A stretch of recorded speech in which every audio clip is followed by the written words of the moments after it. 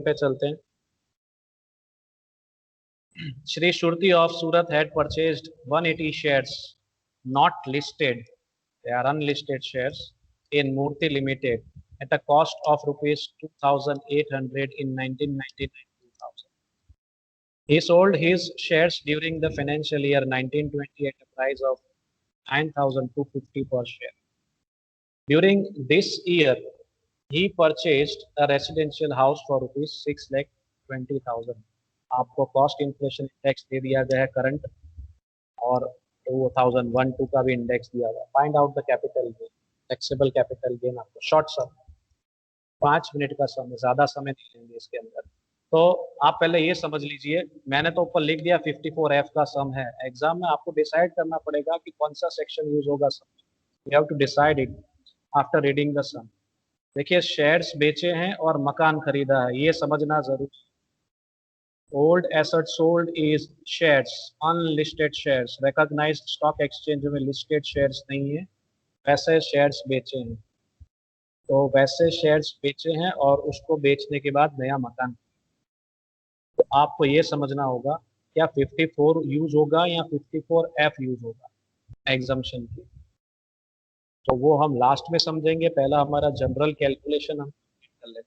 तो हमारे general calculation में चलते हैं। एक ही एसेट है जो बेची, तो 3 कॉलम ही रेडी करनी है। So let's have now the column preparation. अब हम स्टेटमेंट रेडी करते हैं। एंट्रीज इतनी आपकी रेडी हो जानी चाहिए। सबसे पहले हम लिखेंगे statement of taxable capital gain of Shri Shruti. Shruti का हम स्टेटमेंट बना रहे हैं। 3 कॉलम होगी आपकी। एस प्रीवियस ईयर 1920 लिखना है आपने, और असेसमेंट ईयर 2021 लिखना है।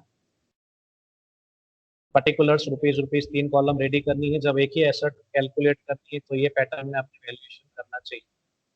सिंपल है। अब सबसे पहले हम सेल्स की एंट्री करेंगे। शेयर्स बेचे गए हैं तो उसकी एंट्री करेंगे। चलिए उसकी एंट्री ले लेते हैं।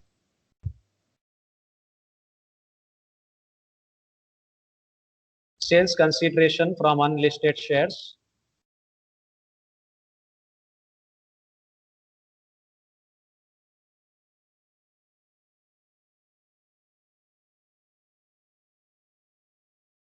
तो सर वैल्यू आपको कुछ शायद इतनी मिल रही होगी, 16,65,000।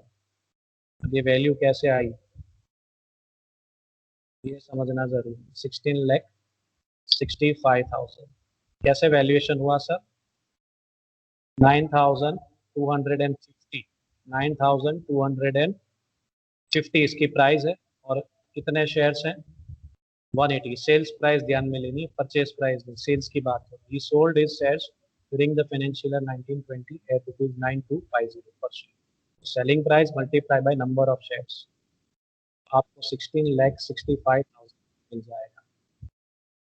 आपको एक खर्चा अगर किया गया हो, less any expenses if borne, sales करते वक्त कोई खर्चा किया हो तो माइनस करेंगे, अगर हो तो। ऐसे कोई खर्चे नहीं है तो नील दिखा देंगे।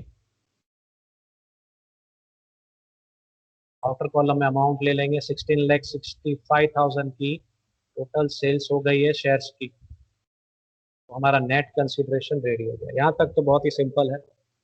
जनरल डिडक्शन डिडक्ट करने के बाद नेट कंसिडरेशन, यानी शेयर्स बेचे और जेब में आया 16,65,000। अब आगे बढ़ते हैं, स्पेसिफिक डिडक्शन के वैल्यूएशन पे चलते हैं। स्पेसिफिक डिडक्शन में पहला fix, index cost of acquisition.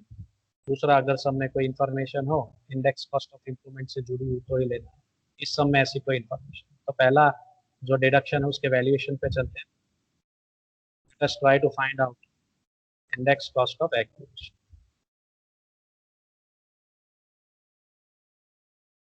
तो कैलकुलेशन समझ लेते हैं थोड़ा।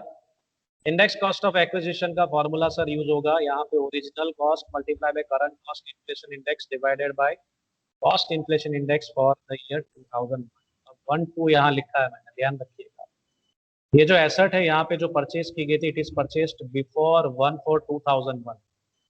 बिफोर 2001-2 की परचेज है 1999-2000। यहाँ पे मार्केट प्राइस नहीं दी होती तो मैं कंपैरिजन करके जो ज्यादा होती वो लेता।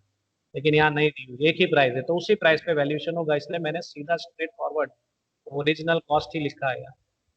अब ओरिजिनल कॉस्ट क्या होगा सर, यहाँ पे शेयर्स कितने हमारे 180 शेयर्स, यहाँ number of shares direct price नहीं दी है, पर शेयर प्राइस दी हुई है, मल्टीप्लाई करना है 2800 से मल्टीप्लाई करेंगे परचेज प्राइस से, मल्टीप्लाई बाय 289 हमारा आज का इंडेक्स 1920 का इंडेक्स 289 आएगा, डिवाइडेड बाय 100, 100 यानी हम मिनिमम इंडेक्स यूज करेंगे।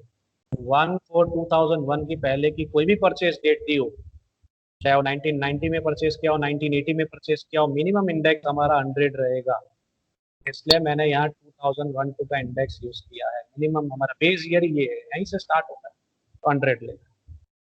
तो फाइनल वैल्यूएशन 14,56,560 अमाउंट आएगा। ये एंट्री सिंगल डिडक्शन है, आउटर कॉलम में ले सकते हैं। आउटर कॉलम में एंट्री करने के बाद जो मुझे अमाउंट मिलेगी, नेट कंसीडरेशन में से ये अमाउंट माइनस करेंगे, इंडेक्स कॉस्ट ऑफ एक्विजिशन मुझे मिलेगा 2,08,440। अब ये जो मुझे अमाउंट मिली है कैपिटल गेन है, इतना कंफर्म है, लेकिन कैपिटल गेन लॉन्ग टर्म है या शॉर्ट टर्म है डिसाइड करना पड़ेगा। अब इसके लिए आपको होल्डिंग पीरियड आपको माइंड में रखना होगा सर। शेयर्स वो भी अनलिस्टेड, तो अनलिस्टेड शेयर्स का होल्डिंग ड्यूरेशन कितना है, होल्डिंग पीरियड कितना है, वो आपको पता होना चाहिए। फॉर्मेट याद होना चाहिए, टेबल जो मैंने आपसे शेयर किया हुआ था आगे वो आपकी नोटबुक में प्रेजेंट होगा, तो आप तुरंत डिसाइड कर पाओगे। सर शेयर्स लिस्टेड हो तो 12 महीने का ड्यूरेशन देखा जाता है, शेयर्स अगर अनलिस्टेड हो तो 24 महीने का ड्यूरेशन ध्यान में लिया जाता है। तो यहाँ 20 अनलिस्टेड शेयर्स है तो 24 मंथ्स का ड्यूरेशन हम ध्यान में लेंगे to finalise whether the asset is a capital asset, long term capital asset और शॉर्ट टर्म कैपिटल एसेट, ये डिसाइड करना। तो ये एसेट कब परचेज की सर, डेट लिख लेते हैं। 1999-2000 में शेयर्स खरीदे गए और बेचे कब सर, 2019-20, तकरीबन 20 साल जैसा हो गया, अप्रॉक्स 20 ईयर्स हो गया, यानी 2 साल से ऊपर हो गया है। अनलिस्टेड शेयर्स में ड्यूरेशन देखना है 24 मंथ, 2 साल से ऊपर अगर होता है तो लॉन्ग टर्म कैपिटल एसेट है। तो ये सर प्रूव हो गया कि ये लॉन्ग टर्म कैपिटल एसेट है। तो जो हमें गेन हुआ है 2,08,440 का sir, it is a long term capital gain. तो मैं यहाँ उसको हेडिंग दे दूंगा, उसका नामकरण हो जाएगा, डिसाइड हो जाएगा। ये डिसाइडिंग फैक्टर है, यहाँ पे आपको डिसाइड करना पड़ेगा। लॉन्ग टर्म कैपिटल गेन होगा तो वही बात आगे बढ़ेगी, शॉर्ट टर्म होगा तो सम वही खत्म हो जाता है sir. Short term capital gain में कोई एग्जम्पशन का बेनिफिट नहीं मिलता है। The asset sold should be a long term capital asset and the gain should be long term capital gain, तो ही आगे बात बनेगी। अब हमें ये डिसाइड करना है कौन सा सेक्शन यूज होगा, क्या 54 यूज होगा या 54F यूज होगा। 54 कब यूज होता है sir, when the old asset sold is residential house, residential house मैं आगे शब्द यूज कर रहा हूँ, residential house, and the new asset purchase is also residential house. मकान बेच के मकान खरीदा हो तो ही फायदा मिलेगा 54 का। लेकिन अगर 54F की बात करें, कोई भी एसेट बेची हो, कोई भी एसेट बेची हो, लेकिन इन्वेस्टमेंट सिर्फ और सिर्फ मकान में किया हो तो 54F का फायदा मिलता है, तो ही 54F का फायदा मिलता है। तो यहाँ पे वही सिचुएशन है, एनी एसेट सोल्ड, तो यहाँ पे एनी एसेट सोल्ड ही शेयर्स बेचे गए हैं, बराबर है। और इन्वेस्टमेंट किस में किया गया है सर, रेसिडेंशियल हाउस में किया गया, हाँ सर किया गया, तो 54F इज एप्लीकेबल, ये फाइनल हो गया। तो एक नोट बनाया इसके लिए यहाँ पे मैंने, आप ये नोट लिख सकते हैं। यहाँ पे मैंने एक नोट रेडी किया है, exemption under section 54F will be applicable as sales is, यानी 54 एप्लीकेबल होगा तो उसके रूल्स क्या है, तो सर बेसिक रूल्स की बात कर रहे हैं हम। Will be applicable as sales is made of asset other than residential house. क्या बेचा गया है सर, शेयर्स बेचे गए हैं सर, मकान नहीं बेचा है। बेचा क्या है, पुरानी एसेट जो बेची हो क्या है, shares. Well investment is made in residential house property, और जो खरीदा गया है, जो न्यू इन्वेस्टमेंट किया मकान में किया हो, तो 54 एप्लीकेबल है, 54F ये एप्लीकेबल होगा, इस सेक्शन के हिसाब से वैल्यूएशन होगा।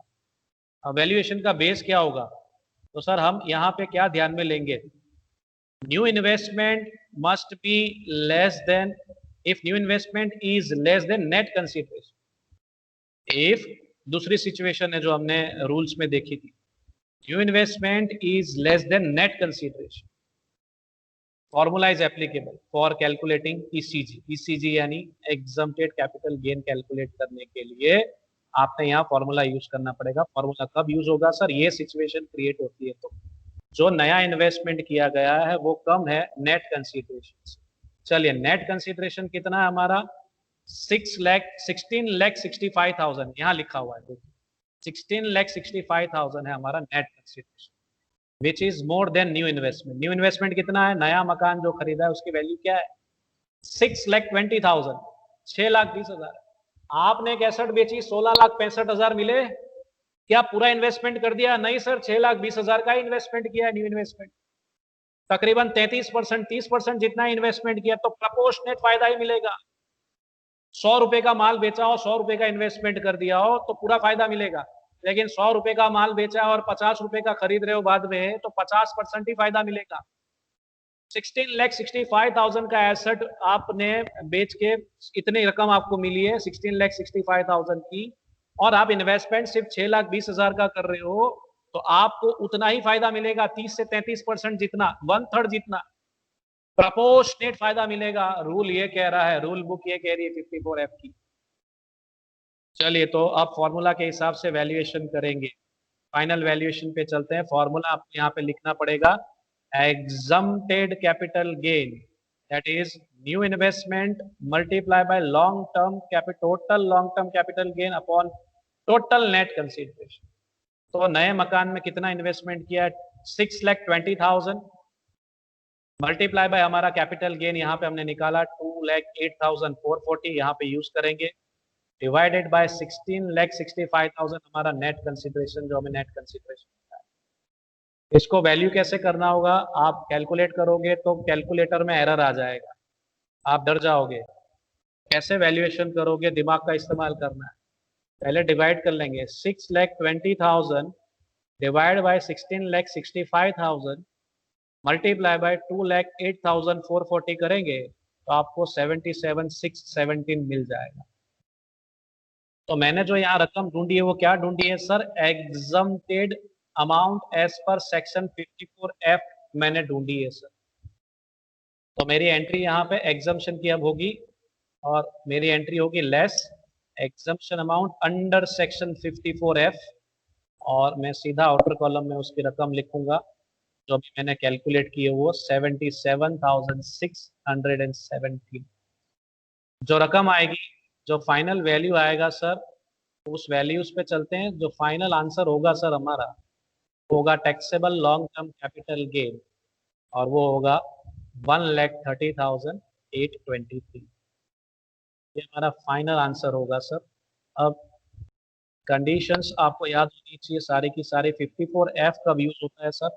कोई भी एसेट बेची हो चलेगा, लेकिन न्यू इन्वेस्टमेंट सिर्फ हाउस प्रॉपर्टी में किया हो, पहली शर्त फाइनल फुलफिल हुई। Asset sold should be a long term capital asset. जो शेयर्स बेचे हैं वो लॉन्ग टर्म है, हाँ सर है, तो गेन हमारा लॉन्ग टर्म हुआ, हमने डिसाइड किया हुआ।